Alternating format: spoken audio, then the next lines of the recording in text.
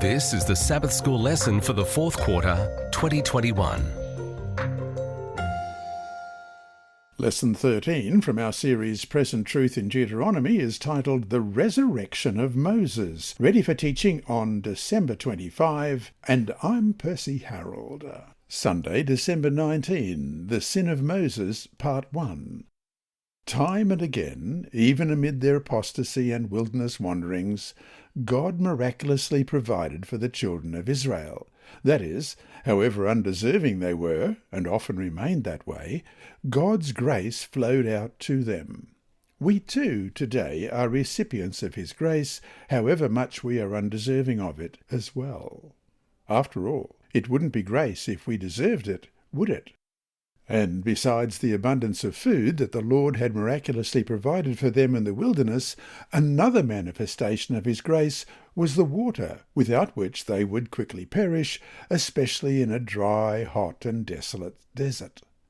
Talking about that experience, Paul wrote in 1 Corinthians 10:4, "And all drank the same spiritual drink, for they drank of that spiritual rock that followed them, and that rock was Christ." Ellen G. White also added that wherever in their journeyings they wanted water, there from the clefts of the rock it gushed out beside their encampment. Patriarchs and Prophets, page 411. Read Numbers 20, verses 1 to 13. What happened here, and how do we understand the Lord's punishment for Moses because of what he had done? Numbers 20, beginning at verse 1. Then the children of Israel, the whole congregation, came into the wilderness of Zin in the first month, and the people stayed in Kadesh, and Miriam died there and was buried there.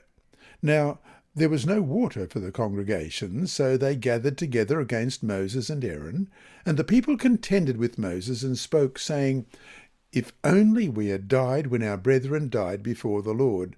Why have you brought up the assembly of the Lord into this wilderness, that we and our animals should die here? And why have you made us come up out of Egypt to bring us to this evil place? It is not a place of grain or figs or vines or pomegranates, nor is there any water to drink." So Moses and Aaron went from the presence of the assembly to the door of the tabernacle of meeting, and they fell on their faces. And the glory of the Lord appeared to them.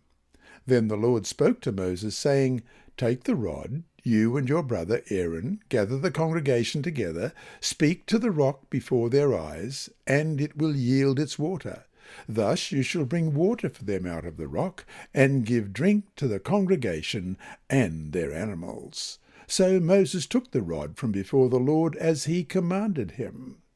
And Moses and Aaron gathered the assembly together before the rock, and he said to them, "Hear now, you rebels, must we bring water for you out of this rock?" Then Moses lifted up his hand and struck the rock twice with his rod, and water came out abundantly, and the congregation and their animals drank. Then the Lord spoke to Moses and Aaron, "Because you did not believe me to hallow me in the eyes of the children of Israel, therefore you shall not bring this assembly into the land which I have given them." This was the water of Meribah, because the children of Israel contended with the Lord, and he was hallowed among them. On one level, it's not hard to see and understand Moses' frustration. After all that the Lord had done for them, the signs and wonders, the miraculous deliverance, here they are, finally, on the borders of the promised land. And then what? Suddenly they are short of water, and so they begin to conspire against Moses and Aaron. Was it that the Lord could not provide water for them now, as he had done for them so often before? Of course not. He could have, and was going to do so again. However, look at Moses' words as he struck the rock even twice.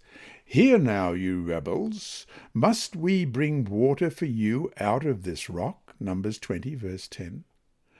One can all but hear the anger in his voice, for he begins by calling them rebels.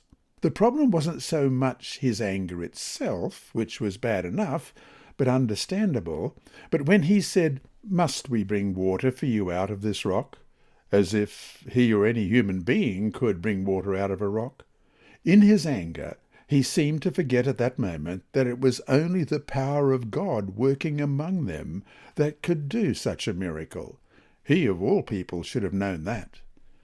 And so to finish the day, how often do we say or even do things in a fit of anger, even if we believe the anger is justified? How can we learn to stop, pray, and seek the power of God to say and do right before we say and do wrong instead? This lesson was read by Dr. Percy Harrold for Christian Services for the Blind.